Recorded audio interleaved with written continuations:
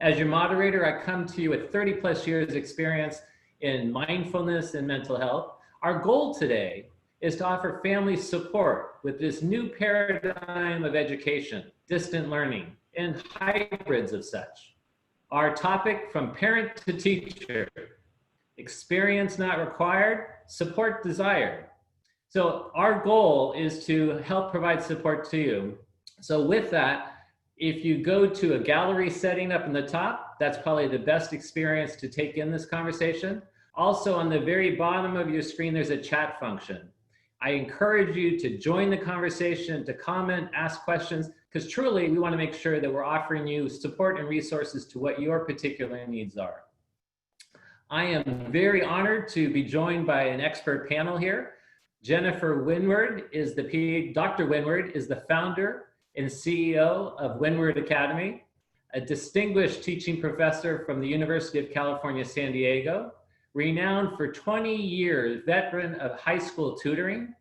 Dr. Windward has been widely recognized for her academic success, published research, and service efforts, with awards from the President of the United States, all the way to being honored here in San Diego, featured in Forbes and Entrepreneur Magazine as a prominent leader in U.S. education. Jennifer, thank you for being with us today. Thank you, Dr. Collopy. Welcome. Also, I am honored to have Vicki Neeson, a licensed clinical social worker with over 25 years of experience. She's coming to us from Blue Shield. She has worked with families, parents, children to strengthen the family unit in a multitude of settings with various presenting problems. Currently, she's working with families to help them with their psychosocial challenges and to be able to effectively navigate and advocate for them within the healthcare systems. Vicki, welcome. Hi, thank you, everybody. Nice to have you here today. Rounding out our panel, Carmen Katsaroff, LPCC, a social worker, a psychotherapist with 20 years of experience working with individuals and families. Past mental health work has been in a variety of settings, including hospital, community, nonprofit agencies, outpatient clinics, managed care. She's currently managing a team of social workers and clinicians to provide social services. So you can see we have a wealth of expertise to offer you related to the distant learning process. So to start off with, most of you know that the Be Well series focuses on mindfulness and living a mindful life. I think about, as we're starting this school year, it's a very unique time for families. And I want to take a moment to consider how mindfulness can come to play with school and learning. I was reading the article here. If you can see it, it's talking about students log on for the school year.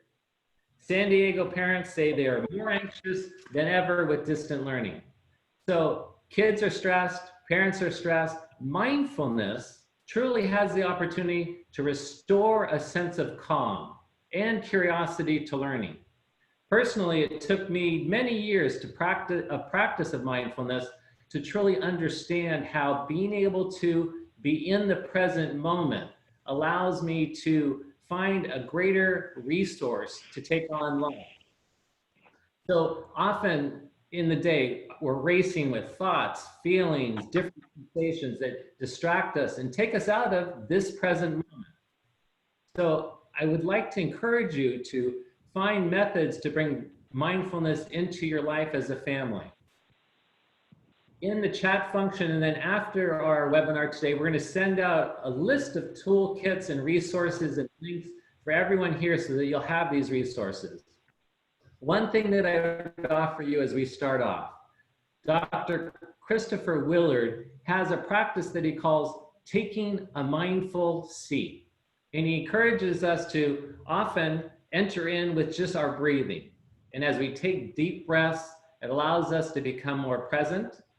And the reason why it's taking a mindful seat is he uses the letters S-E-A-T as a method to move us into this place of being present.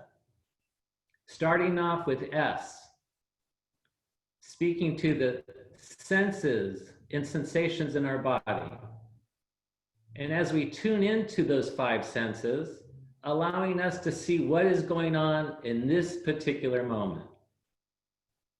Moving to the E, he speaks to emotions. What might be the emotions that come up in this moment?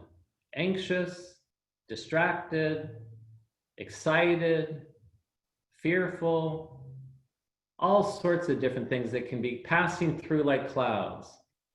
The A in the seed is for action. What do you feel like doing in this moment? Any urges or impulses to take action? And finally, moving to the T of the seat is for the thoughts. What are the thoughts that are present in this moment? And as we attend to this seat mindful activity, it allows us to truly become present. And as we become present and aware, it allows us to take conscious, intentional action. This is a great exercise to do. It takes a moment or two for when your students, your children start the day or during any kind of transitions to bring them back to a particular focus in that moment. So I encourage you to try that out. That's Dr. Christopher Willard. We'll have that in the chat and we'll also send that to you at the end of our webinar.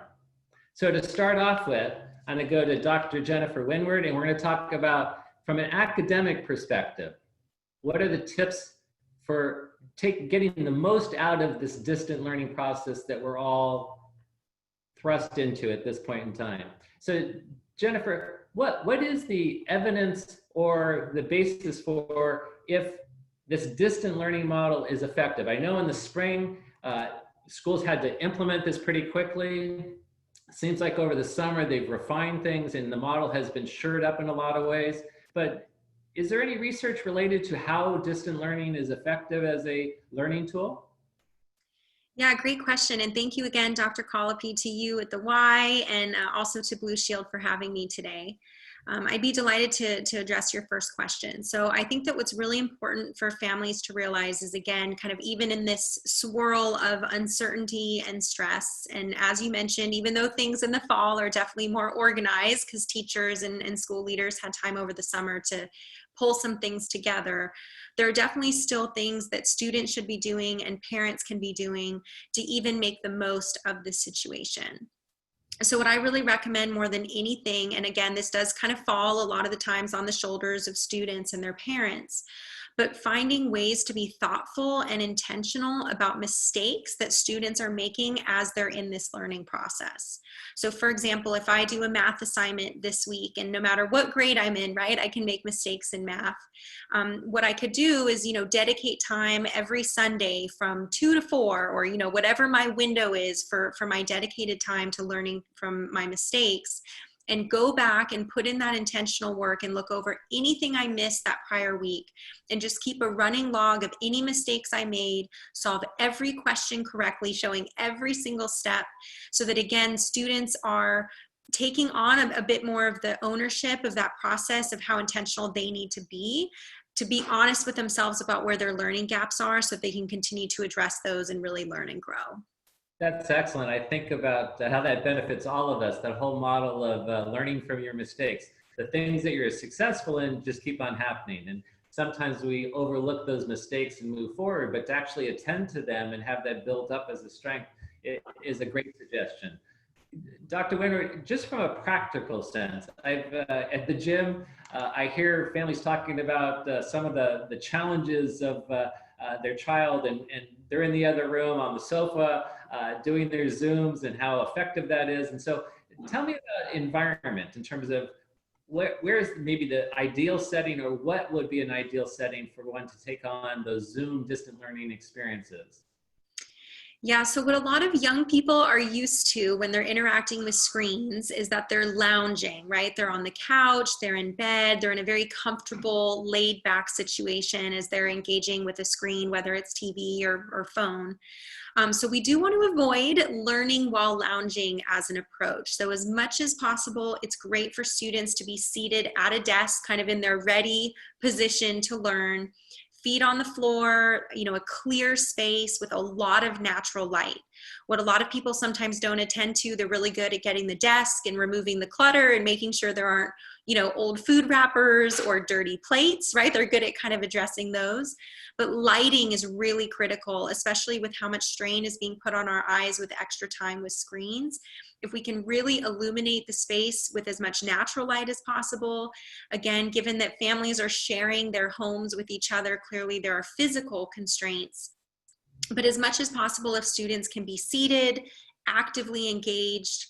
The other thing too that I'll mention as a final point for this question is that, again, students are very used to passively engaging when they interact with screens, and we have to get them away from that. So as much as possible, that while they're in class, even in a virtual setting, to have them follow along and take notes, and again, just have that process be really actively engaged.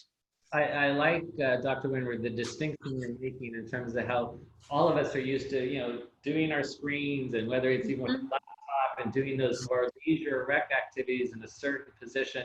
But to make a distinction, if you're in a learning mode, to actually engage your body in a particular way, the relationship I would make to that is sometimes in meditation or mindfulness, some people prefer to lay down. And often the researchers show when you lay down, your body then sees that as a familiar posture to go to sleep and to actually turn senses off, versus if you're meditating in an upright position.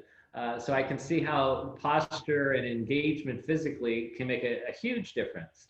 I think about professionally, often we're in these Zoom conferences day in, day out, one after the other. So sometimes, we turn the camera off and we're doing multitasking, doing other things. So tell me about the use of the camera in relation to distant learning. Yes, I have a great example with the camera that actually relates to class and to workout. So I can make it a little bit YMCA relevant with promoting an active lifestyle. So whenever we think about whether we're being watched, right, as much as we maybe don't want to admit it, we do act differently when we're being watched, right? So if you're in a workout class and all of a sudden the instructor's looking at you, right, you're going to work harder in that moment when you know that somebody is watching you. And it's really the same thing in an academic setting as well. And teachers notice, right? Even though there are tons of students on, the teachers notice who has the camera on, who's on time, who's actively engaged. You can tell with the camera on if somebody is paying attention or is doing other things and is distracted or is on the phone. So as much as possible, even though it might feel a little bit weird or uncomfortable at first, a lot of teachers are promoting that students leave their cameras on, because it's really a way to show I'm ready, I'm here, I'm present. Oh, and by the way, because I'm being watched, I'm probably going to be on my best behavior during the presentation from the teacher. I like that. There's a certain accountability with the camera on. So I appreciate that. And the same is true for all of us professionals in our Zooms. On the other side of it, I'm just wondering, because you're not in the classroom and there's this virtual experience that goes on, from a student perspective, how do they show that level of engagement? How do they show the significance of them being involved? Because often that class participation is part of how a teacher is going to grade them. And so how do they stand out in a particular way? Yeah, that's a critical question, especially maybe for students who are in high school, who are feeling stressed, like how am I going to get a great letter of recommendation from a teacher? How do I make a good impression in a virtual setting? And I agree with you. I think that most people make the assumption that they can't, but they absolutely can, right? Teachers notice when you're prompt, when you participate, right? We've all been in the situation of saying, well, who has an idea on this question? And you get crickets, right? When you're the student who does participate, who does write in the chat, who does present questions, that's really important. The other way too that students can continue to engage with their teachers is maybe during the Zoom experiences, they're actively engaged, they're participating, they're asking questions. But then also outside of when the class is virtually meeting, they're still finding ways to engage with their teachers. So they're reflecting on the notes and what they've learned in class. They're being very thoughtful about the emails that they send to teachers if they do need additional support or if they do have extra questions, right? Enumerating those, making that very clear when you reach out to a teacher and ask for extra help. You can absolutely do that and break that down and make it really clear. The other thing too that you can do is to recognize that it's a different setting for teachers. It's a challenge to teach virtually because it's hard to share your screen and keep people engaged and keep your eye on everyone at the same time, right? In a physical space, it's easier. So if you have a teacher who just crushed it with a lesson and you could clearly see the teacher was really excited and really passionate and really put a lot of time into building and developing a lesson, there's nothing wrong with sending a little note saying thank you and just expressing that appreciation. And when you do that in a genuine way, of course, it also helps to build those great relationships with teachers. Thank you. I was thinking about when I was younger. I'm left-handed, and so schools, when I was growing up, were really set up for left-handers. And I remember in first grade having some challenges with reading and comprehension. And I'm just thinking of, grammar school children now as they start to and abilities. And what would you suggest, again, with this virtual experience, there's a bit of a separation. And so I'm just trying to wonder how one, as a parent of a child that may have some challenges, how do they get that support? Yeah, so one thing that parents can do, especially if they have younger kids who are kind of learning to read or really building their reading skills, is actually read with their students. So you get 2 copies of whatever book it is that your child's reading. And let's say the assignment is to read pages 10 through 20 or something like that. So you sit down together in a quiet, well-lit space, again, as much as possible. Read through those pages, but what you can do is read with your child. So you read one page together. This is actually a teaching technique. It's called reciprocal teaching. So what you can do is, let's pretend that we're reading together and supporting each other getting through work. I would read page 10. And then because it's my turn to be the leader, I would express to you, okay, Dr. Collopy, this is what I understand from page 10. You see if you agree with me, or is there maybe something I missed? And then we ask each other questions. So what you're doing is you're kind of breaking down the reading assignment into smaller chunks and doing those regular check-ins. And then what you can do is as you go through the reading together, you can also ask each other, well, what do you think is going to happen next? Or why do you think the author is writing the story in this way? So when you can ask some of those deeper, more meaningful questions as you're engaging with reading material, again, you're going to help your child build the actual skill of reading because the child is sitting down and reading. But even more importantly than that, you're going to be able to find a way to help the child kind of understand more of the meaning behind reading and how every time you read, right, there's some sort of intention of the author, and how do we understand what that is, and how do we extract those bigger themes? And providing that support along the way is a really critical way to help your kids.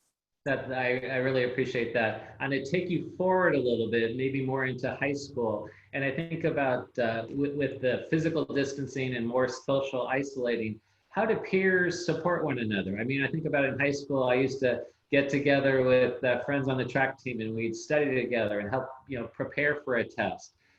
How would you suggest some of that peer support what that would look like in today's environment? Yeah, so what I've recommended to students, especially those in high school who are trying to find ways to connect even when they can't physically be together, is that they form smaller study groups. So just what you did with your track teammates, but clearly they just have to organize in a different way. One thing that students can do that's great is they can work together to create practice tests. So let's say that you and I are in a study group and we're preparing for our Chapter 8 chemistry test. Each of us in the group would write example questions. They could be short answer, they could be multiple choice, and we kind of work together to build what could be our quiz or what could be our test. And then we each take the exam as a way to kind of learn together and support each other. And one thing that students can do too is they can kind of break that up. So if you have Chapter 8 in high school, it's probably going to be about 30 pages or so long. So each of us could divide up into different sections, and then we're responsible for sharing, doing notes or doing practice questions to be able to work together. I definitely needed the peer support with chemistry. So Dr. Woodward, I'm glad you made note of that. As parents, we often want to look at what we can do to supplement our child's learning. And I think all of us are aware of, the multitude of educational resources that are online and available. Are there certain things that you recommend that actually are meaningful and make a difference, or is that a lot of hype? Yeah, no, there are definitely meaningful resources that can help. No question about it, especially if you're the parent, trying to remember how to add fractions or find the area of a triangle, and you just need a little refresher before you can help your kids, right? There are a lot of parents who have been in that situation.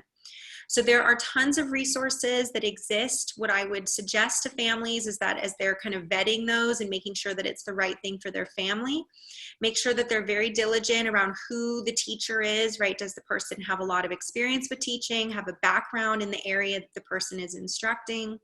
Make sure that the virtual platform, whatever it is going to support and encourage students to be actively engaged as they're learning, that they're following along, that they're taking notes, that it's easy for them to organize and review their mistakes, right? And those types of processes can take a long time, right? At Windward Academy, it's taken me 5 years to take all the lessons that I've done in person and adapt them for an online setting. So it doesn't happen quickly in order for it to be of super high quality and to be super engaging. So just make sure that the parents on the call are very thoughtful as they're critiquing and evaluating resources, because you want to make sure that whatever you're using has had a lot of thought behind its development and hasn't kind of been thrown together the way so much has, just, with what COVID has forced on us. I know we're getting some excellent questions in the chat, and I just want to let all of our guests know that we're going to come back to those questions and make sure that we get an opportunity to have our experts respond to all of those. Dr. Windward, the last question I'll offer you, because I think of our Be Well model, we really look at the whole person. And I just wonder, from your perspective, what else as parents we need to be aware of to promote the overall health of our children during this period that we're in? Because they may not have the same amount of physical exercise, nutrition might be a little bit different. So just if you could speak to that briefly. Yeah, so one thing specific to nutrition, really important to get a lot of vitamin A right now, because our eyes, again, are under a lot of strain with screen time. So whatever you can do to boost vitamin A in your kids' diet, it's really important. Realize that was a bit tangential, but just wanted to get that tip in there. But I think your question is really important. Again, so much of what young people are doing is developing a sense of identity and who they are and what they care about and what makes them tick and what makes them intellectually curious. So what I would say, for all the parents on the call is, of course, to recognize that this is an incredibly stressful time for the parents, an incredibly stressful time for students, right? Really for everybody. So as much as possible, if your kids ever say anything in which they express interest in a new hobby or in learning more about something, as much as possible, if you can support and you can cultivate that, it will really help, because again, we want them to develop this strong sense of identity and who they are. So we want to make sure that even in this very different environment, they're still able to pursue those types of questions. And they might try something and learn that they hate it, and that's okay. And they might try something and learn that it's absolutely what they're passionate about and then commit their lives to it.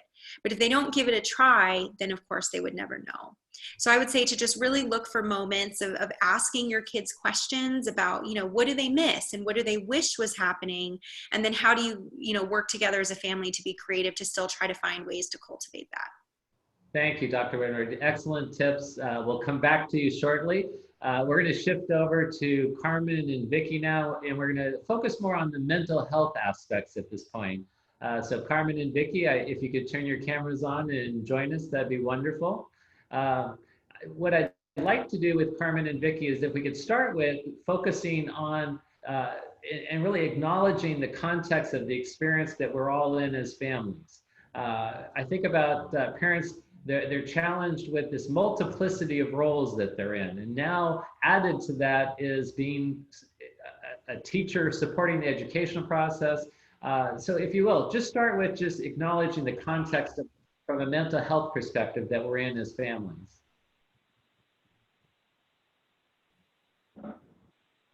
Hi, Jonathan. Thanks so much. And thanks everyone for having myself and Vicki here today. So I think that's one of the most important things that we wanted to talk to everyone about today, is to just acknowledge that and to speak about that. We're all in this together, and this is overwhelming at many times. So I think that what we're hearing from parents and children in our community is that most everyone is trying to do the very best that they can And then sometimes they're feeling that that's just not good enough, you know.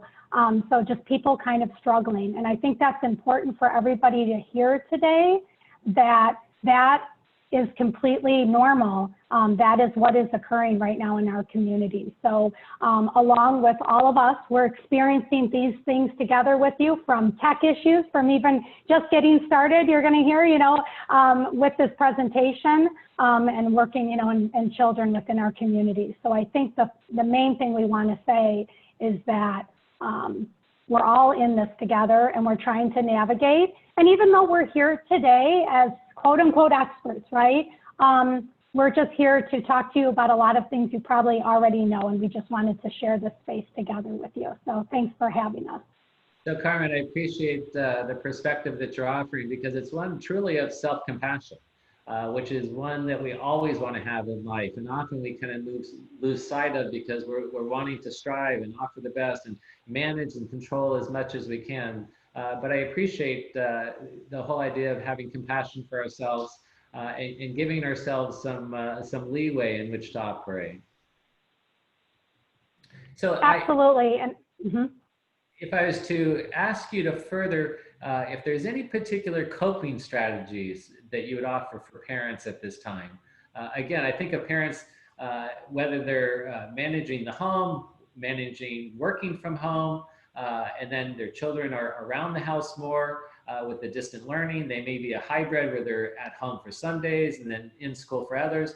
But this is all very new. And so the need to be resilient and adaptable, I just wonder what you could offer as coping strategies for parents. Absolutely. Go ahead, Vicki. Okay, so one thing, the most important thing is, you know, when you're on a plane and the plane is having trouble and the oxygen mask comes down, your first instinct is to get to your loved one, your child.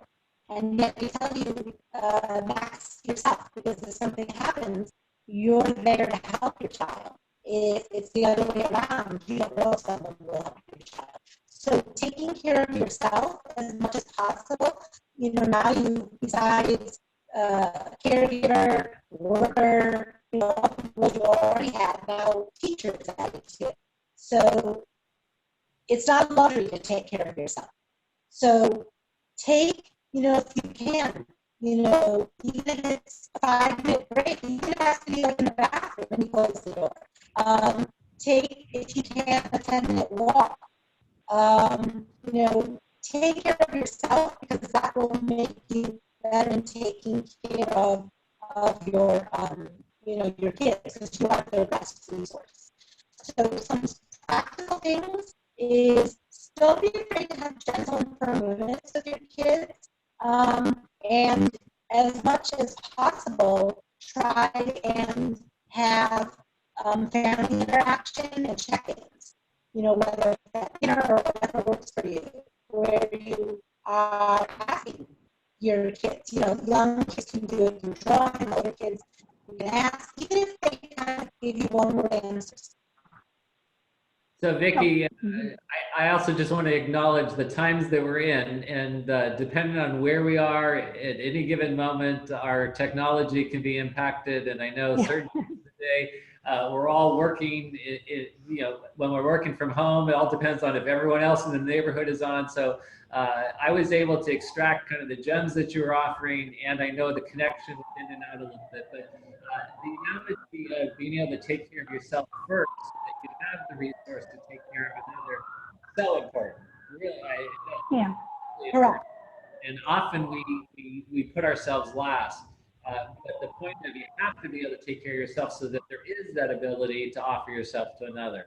Greatly appreciate that. So I know before COVID, and it's probably escalated, but before COVID, 1 in 5 students had a mental health need.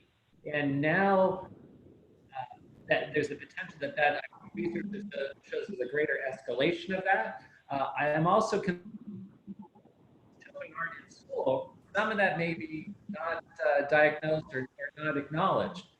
And so if you could start with, and maybe walk us through the different ages from preschool to school age to adolescent, how to look for and recognize different challenges of mental health needs as we're operating from a different environment?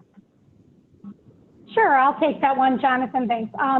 So I think just maybe as a review, some different things that you might see in different ages.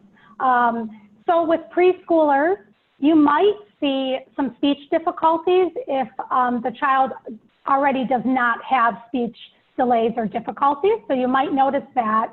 You might see just an increase in fear or fear when you have the child has not expressed that before. Changes in appetite. And you'll know what they are. So, I mean, we all know there are some kids that are finicky to begin with, but this is definitely, you will see a change in that appetite, either, maybe not eating at all, wanting to refuse foods that they normally like, or looking for different foods, with more sugar, but more than normal, right? I mean, every child wants the sugar and the candy and the chocolate, but again, I think as caregivers and others around children, you can notice when this is more of a change. Also, for preschoolers, you're going to see maybe an increase in temper tantrums. So again, I mean, the reality is preschoolers have temper tantrums, right? But we're talking about a marked difference where you're going to see this more on a regular basis, or just more attention-seeking behavior. So, children just where they're kind of glued to you and just, maybe with some of that fear. And so they're really kind of more clingy and seeking that attention. When we move into more of the school age children, right, like I'm talking about 6 to 12, you are going to see similarities there again.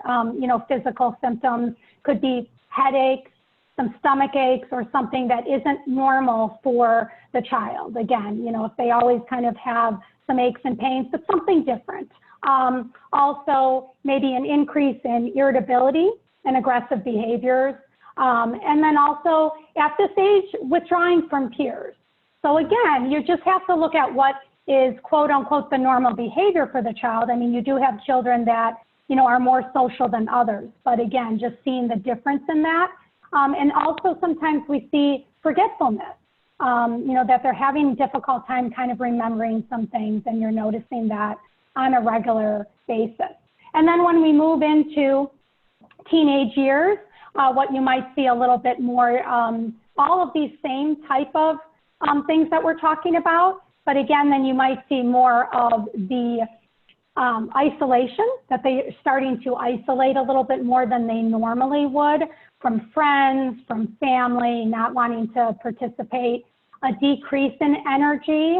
Again, you have to look at the child that you're speaking about. And then maybe that they are expressing that they're sad, right? They're sad or frustrated, they're not seeing their friends. So you're seeing some of those behaviors a little bit more. And then big time in with teenagers too, kind of that sleep disturbance. So what you'll see is either not sleeping for periods of time, or you'll see sleeping for long periods of time. They might sleep up to, 16, 18 hours on the weekend, or you're seeing just a change. So main thing is you don't have to be a professional to notice this.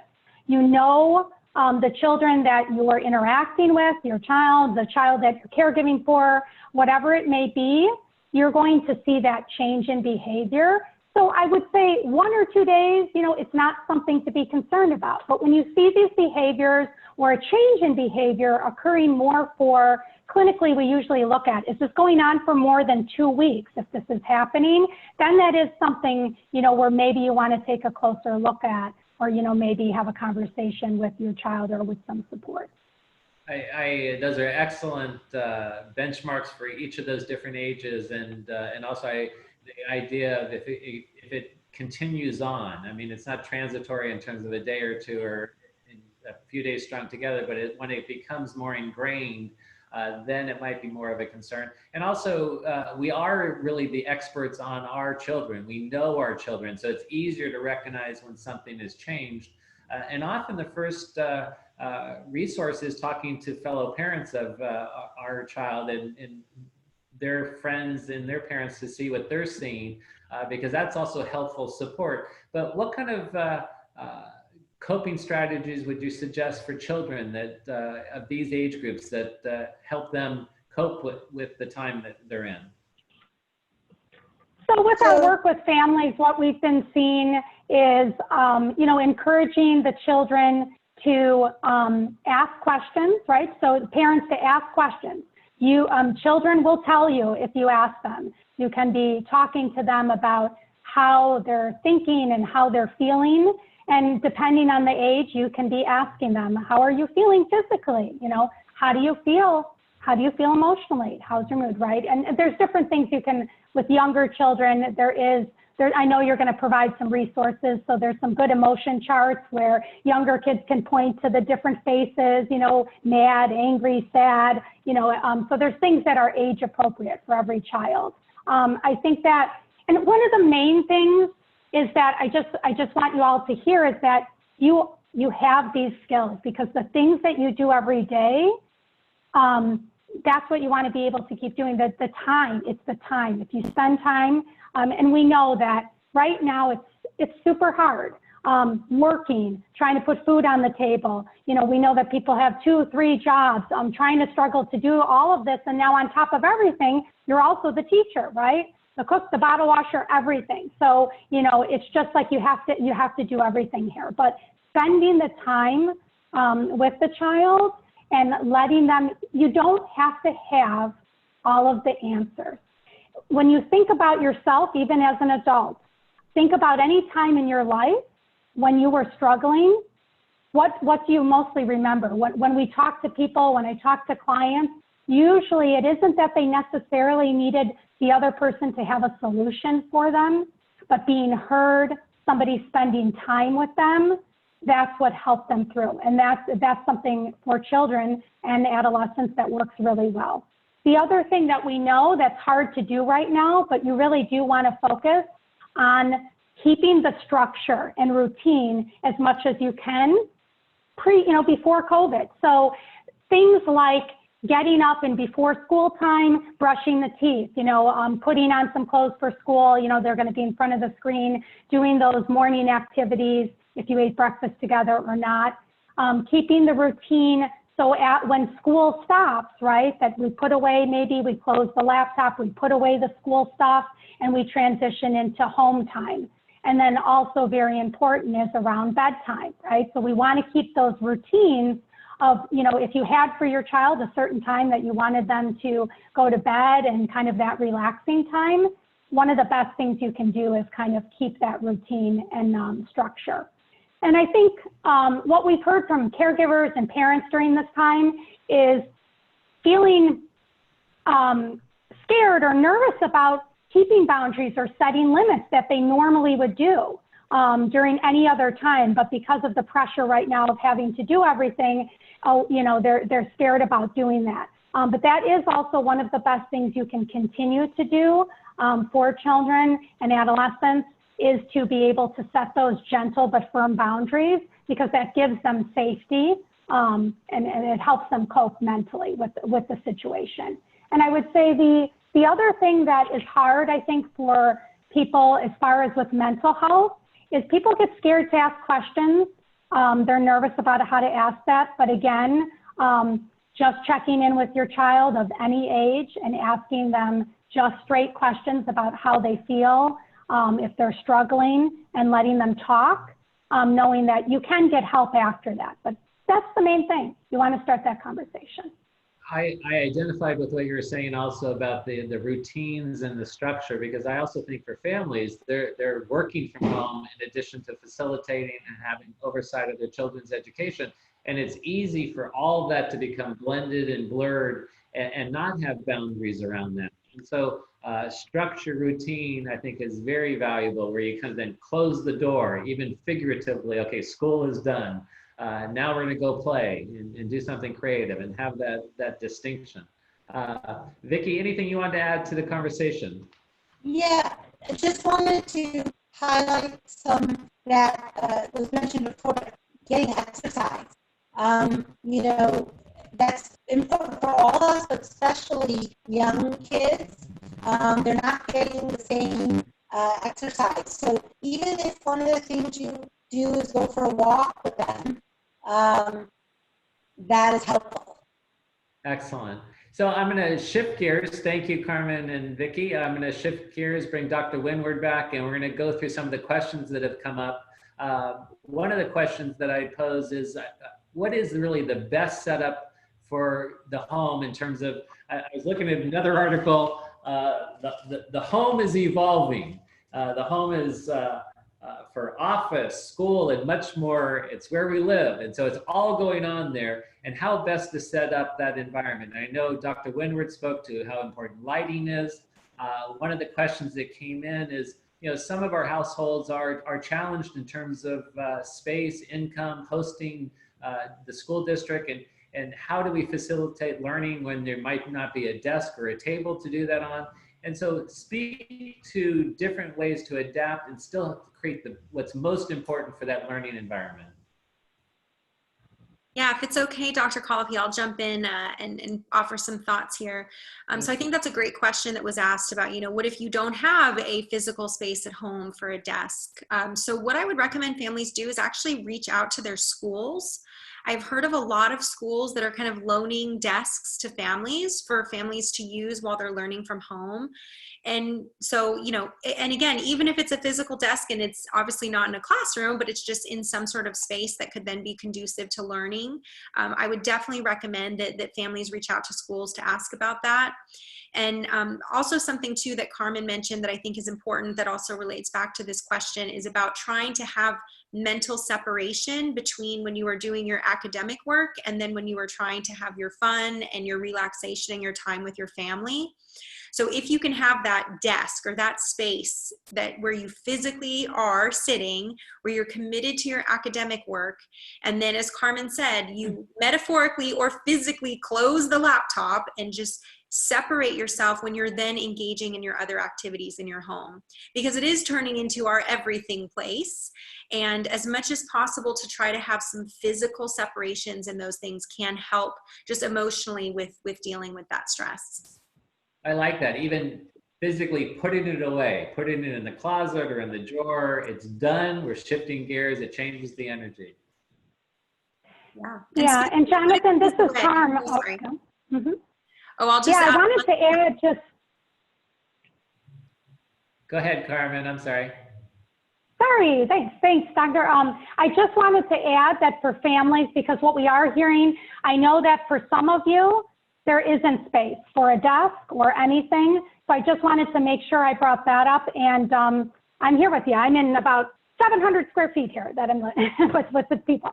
So what others have found helpful is that if at all possible, then there's the different headphones that are like kind of all inclusive, so that at least if there is not space or room, or you can't afford or can't get the desk and get that space, that at least those headphones, we're hearing from families that's been helpful, so that even with the laptop, they can carve out a little bit of a space wherever it might be, to utilize that. And then I think there'll be some additional resources at the end of this, but we're in San Diego County, right? We do have the different Salvation Armies. We do have, 211, some different resources that you can call, because there's a bunch of different local organizations, like the doctor had said too, with the school district. If they don't have something available, then the different community organizations might also have some resources for different equipment and desks and things like that for school. Excellent. One of the questions that came in, and I know we started to talk about the impact of distant learning on socialization, and there was a question that came in about it may be easier for teens to get together, but what about as young as kindergarten? How can we provide opportunities for them to socially connect with classmates? So one of the things that people are doing is forming little small pods, maybe with 2 other families that they feel like comfortable with, where they're letting their kids get together. So that is one option. The other option is, of course, on devices, on the phone. A lot of phones do pictures. Great. I was also, a question came up related to how to manage the Zoom experience, and this relates to socialization. in the Zoom experience, you may not be able to kind of pass a note to your friend, although you can use chat possibly. But how do you facilitate those things that are missed in a Zoom experience that you're not getting in a classroom?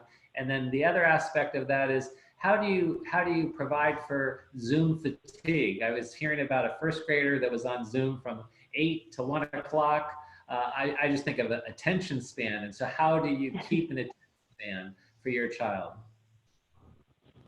You know, it's funny, I heard actually Laura Esteban, a singer, talk about using Zoom and the internet. There are some things you're not going to be able to capture, but what she said, which I thought was really interesting, is that she's noticing she's much more attentive when she's talking to people, because you have to be much more eye to eye, face to face. And so that's something that kids can take advantage of too, is really seeing their friend versus talking to 10 friends at a time. Yeah, and Vicki, I know it's breaking up a little bit for you, so we'll just kind of pan to me when we need to. And I think that with the Zoom experience, what we're hearing again from different age groups, so, from some of our teams, we're hearing that the Zoom meetings, they're doing some of the activities or just talking on the phone.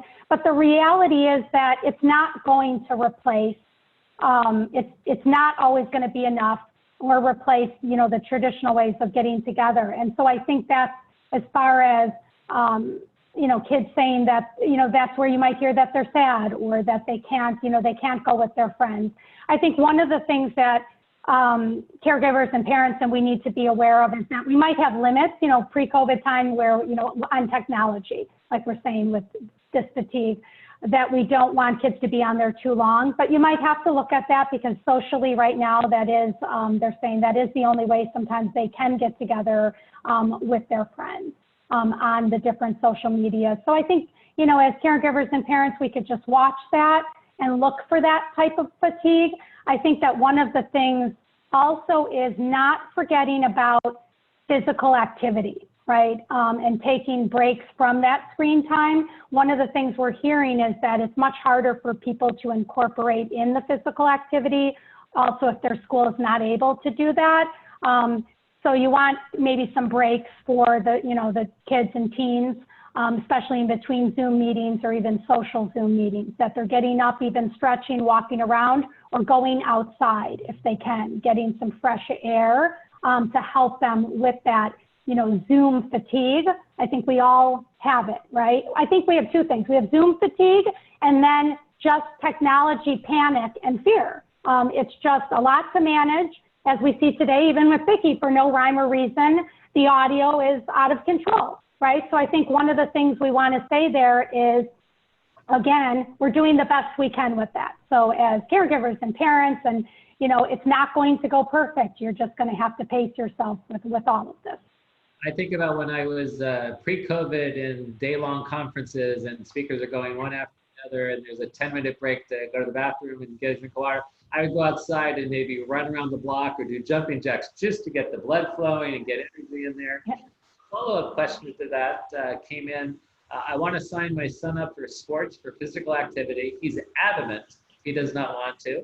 He's a 15-year-old. What can I do to get him to try something like that? He doesn't like hiking and yoga like I do. Oh, go ahead, Carmen. Great question. Okay, thanks. Great question. I think I would add from the mental health perspective is, what I would say is having a discussion with him, though, about what he would like to do, right? He might have some ideas. So, we get a lot of kids that maybe aren't into the traditional type of sports or sports that we might have done. So more of a conversation about maybe something that he or she would like to do. What can they think of, like a kind of a compromise? We've also seen if they didn't want to do a traditional sport, what we've seen some people do is they might do a dance video. They're actually doing like they have online or they have through the TV where they're actually doing different dance with different age groups. Yeah, so I think that we just have to be flexible here and just talk to the, our kids about, okay, so I'd like you to do this. Let's talk about it a little bit. If you can come up with some different options, then we can maybe try that, right? But if not, also sometimes, you know, asking your child to give it a try. Give it a try for 1 month or even a couple of weeks. And we know money is involved too. So, right, it really depends on how much things cost and what you could be involved in. But it's almost like when we ask people to try therapy, they're like, oh, I don't want to see a therapist. No, you know. But we ask people, well, why don't you go for like 3 or 4 times before you decide if it's really something for you? So it's been a good technique that's worked in the past for me. I know, Dr. Winward, you had something to add. Yeah, well, Dr. Collopy, if you have other questions, I'm happy to defer. I had some other thoughts, but please feel free to move on if you have other questions. We'll keep moving. The only thing I was going to say, I recognize as a parent how hard it is to try and get your 15-year-old to do something. And so to join them, provide exploration, and for them to find what may provide traction. So I have compassion for being in that stage. I want to pitch out, what's the best way for parents to stay in contact with their teachers, to stay up to date with what's going on? Often at different ages, your child, your student will say, oh, I got it all done. All the homework's done. I'm caught up. I'm doing great on tests. And then a progress report comes in that may speak to it a little bit differently. So as a parent, how do you stay plugged in? Is it okay if I take this question? Please do, Dr. Winter. Okay. So the one thing about COVID that parents are loving is that it's now a lot easier for them to know what assignments their students have, right? So because everything now is through these virtual platforms, usually Google Classroom is being used by most schools where they're posting every single assignment, every single grade. So what is a potential plus, if there could be one from COVID, is that there is a lot more transparency for parents to be able to see what is being assigned and where their students are and what they've completed and how they've done. So because everything is being posted virtually for students, parents can ask, you know, their kids, no matter what age, hey, can we sit together? Can we look over what's assigned? Can we make sure that you're on track? And can we look to see if there are any areas where maybe you have some gaps where we can provide some support as a family? So all of that, again, is being posted by the school, by the teachers, so parents can, you know, reach out to the teachers directly and find out how they can track and monitor that. Excellent. I'm going to pitch this one to Carmen and Vicki. How do we behaviorally redirect children when they aren't doing their work and they're taking advantage of the technology that they have? So one thing is to let them know that in order to move to what they want to do, they have to finish what they need to do. Great. Yeah, a little bit of bargaining there, right, Vicki? So what I heard, right. So that is a great technique because if they want to do something, right, and kind of putting a time limit too on it, then, you know, maybe is a good strategy sometimes, like, well, you know, if you give another 15 minutes to this, you know, then we can kind of pick A, B, or C after, right? So kind of letting your child know that they only need to maybe concentrate on this a little bit longer. It gives them some time to be able to process that and know, okay, all right, I just have to kind of behave or focus on this for another, you know, 15 minutes or 30 minutes. It helps it be not so open-ending so that they kind of know where that might end in structure. Dr. Winter, I'm going to pitch this one to you if I can, because as a parent, we always want to do our best and we're striving to be perfect, which is something we can strive for but never achieve. So parents always want to know, I believe, is how best for them to contribute to their child's learning process. And that's different at elementary versus high school. Yeah, I think that the best thing for parents to do right now is to listen to their kids when their kids express frustration about what's happening, to be open to hearing what are kids missing, what is it that they need, so that, again, as a family, you can try to be creative with coming up with ideas that can still nurture and develop whatever their hobbies are, whatever their passions are, whatever their interests are. And as much as possible, which, again, I realize with parents doing a million things trying to balance right now, it might not always be possible to do this, but as much as possible for parents to be actively engaged in what their kids are doing and what their kids are learning, so that they can ask them questions about a project and actually be excited to follow along and to hear those updates and to be able to provide ideas and to just bounce off suggestions. So as much as possible, finding ways to be informed about what your kids are doing, to be excited about what where they're learning and where they're growing, and then to be very open and understanding when their kids do express frustrations and do express that things might be challenging, and then to find ways to just be supportive of that and to help their kids break down their mistakes, review what they've learned, and just continue to really build on that process. That's excellent. I know our time has gone very fast, and there's much more that I could draw out of each of you and the gems that you could offer in terms of offering all of us guidance. Anything is a last word, just a lightning round of last word.